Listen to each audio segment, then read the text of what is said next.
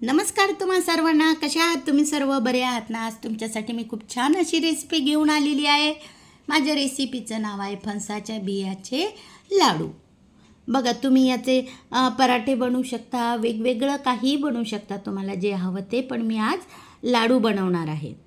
फणसाचे जे गर आहेत, मी ते फणसाचे गर आणि बिया न दाखवण्याचं कारण व्हिडिओ फार मोठा होईल, म्हणून ती कृती कशी केली हे मी तुम्हाला थोडक्यात सांगते. फणसाचे जे गर असतात त्यामधल्या ज्या बिया आहेत त्या काढायच्या, स्वच्छ त्याला धुवून घ्यायचं, त्याला ड्राय करायचं आणि त्याचे साल काढण्यासाठी मी तव्यावर त्याला थोडंसं भाजून घेतलं. थंड झाल्याच्या नंतर त्याचे साल काढून टाकलेले, त्या सर्व बियांचे छोटे छोटे पीस केलेले. हे पीस एका पॅनमध्ये थोडंसं तूप टाकलं आणि त्यामध्ये परतून घेतले. थंड झाल्याच्या नंतर तुम्ही बघू शकता ही अशी मिक्सरला याची पावडर केलेली, फणसाच्या बियाची पावडर.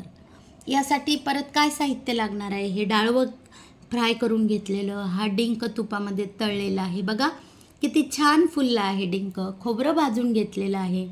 यामध्ये हे बघा जायफळ आणि वेलची. जायफळ दाखवण्यासाठी, नाही तर तुम्हाला वाटेल एवढं मोठं जायफळ नाही टाकायचं, थोडीशी त्याची पावडर टाकायची. हा गूळ आहे, ड्रायफ्रूट्स आहे. हे सर्व मिक्सरला काढून घ्यायचं.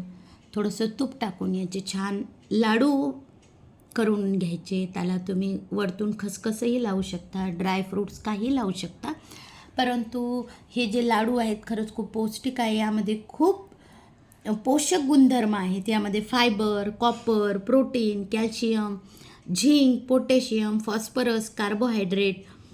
परत डायजेशन याने छान राहते. डायबिटीजसाठी तर खूपच उत्तम आहे. थायरॉईडसाठी, स्किनसाठी, डोळ्यांसाठी, आपल्या हृदयासाठी. परत यामध्ये विटॅमिन ए, बी, सी म्हणजे काय म्हणतो आपण त्याला, पौष्टिकतेचा भांडार आहे, गुणांचा खजिना आहे. असे हे पौष्टिक लाडू आज मी बनवणार आहे. ओके. आणि अशा प्रकारे तयार झाले फणसाच्या बियांचे चविष्ट आणि पौष्टिक लाडू तयार. याला वरतून खसखस लावलेली आहे, तुम्ही बघू शकता. काय मग, कशी वाटली तुम्हाला आजची माझी रेसिपी? आवडली असेल तर नक्कीच लाईक करा, कमेंट करा, शेअर करा आणि सबस्क्राईब करा. काय मग, सुटलं ना तोंडाला पाणी? या फणसाच्या बियांचे पौष्टिक लाडू खायला. यापुढेही मी अशीच खूप छान अशी रेसिपी घेऊन येईल. तोपर्यंत bye bye and take care.